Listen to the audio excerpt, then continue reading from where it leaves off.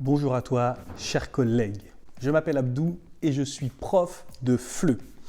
Je fais cette vidéo pour te parler d'un problème que j'ai eu. Parce que le niveau B1, c'est un niveau intermédiaire et certains apprenants n'en ont vraiment pas conscience. Et ce manque de prise de conscience m'a causé plusieurs ennuis. Il y a très longtemps, j'ai eu un gros problème avec un groupe de B1. Le problème, c'est qu'ils ne savaient pas parler français. J'étais un peu embêté et je me disais « Merde, c'est pas possible, je suis trop nul !» T'es nul. C'était assez frustrant pour moi. Je me suis dit « Bon, je vais leur donner un truc de A1 à faire. » Puis non, c'est pas une bonne idée de leur donner du A1, ils sont quand même en B1. Et en plus, tu sais, j'avais 2 élèves qui avaient un bon niveau de B1 et je voulais vraiment pas qu'elles galèrent en cours. Donc j'ai créé un document pour répondre à ce problème. Et ce document leur permettait de créer des questions de manière simple, rapide, en suivant une structure, et c'est ce qui m'a sauvé la vie. Comme tu peux le voir, cette fiche pédagogique qui est disponible en description te permet d'assembler plusieurs éléments et l'assemblage de ces éléments te permet de créer une phrase qui ressemble à du français. Par exemple, première partie, c'est « Où est-ce que tu ?» La deuxième partie, « Tu aimerais ?» Et la troisième partie, « T'amuser ?» Donc, 3 parties. « Où est-ce que tu aimerais t'amuser ?»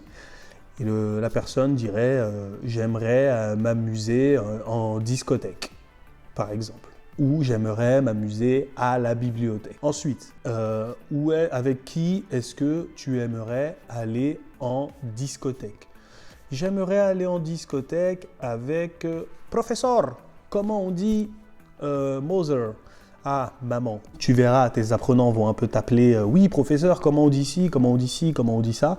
Mais ça va t'aider à leur apprendre du vocabulaire. Et ce que je te conseille, c'est stylo à la main, de noter tout ce qu'il y a au tableau. Donc, avant de commencer cette activité, un petit conseil, assure-toi qu'ils ont tous compris le vocabulaire de la fiche.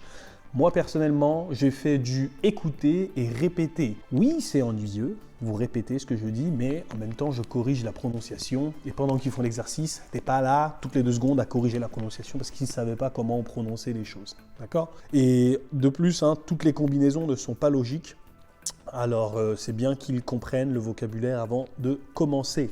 Donc, le but de cet exercice, c'est de leur apprendre à poser des questions et d'y répondre. Sur la fiche, tout autour de la fiche, il y a des espaces vides pour qu'ils puissent y insérer des mots de vocabulaire qu'ils ne connaissent pas et que tu leur donnes, que tu leur expliques en fait. J'espère vraiment que cette fiche te servira si tu as eu ou si tu as en ce moment le même problème que moi. Profite de cette mini-ressource, elle est disponible au format PDF et PowerPoint. Et voilà quoi, en tout cas, moi, ça m'a énormément servi. Et franchement, ça m'a sauvé quoi. Merci d'avance pour ton commentaire. Tu peux me raconter comment ça se passe et tout ça. Tu peux t'abonner aussi. N'hésite pas à aller dans la description. Cette fiche est disponible et tu peux la télécharger. Et c'est offert en plus. Allez, abonne-toi et mets-moi un petit j'aime. Ciao!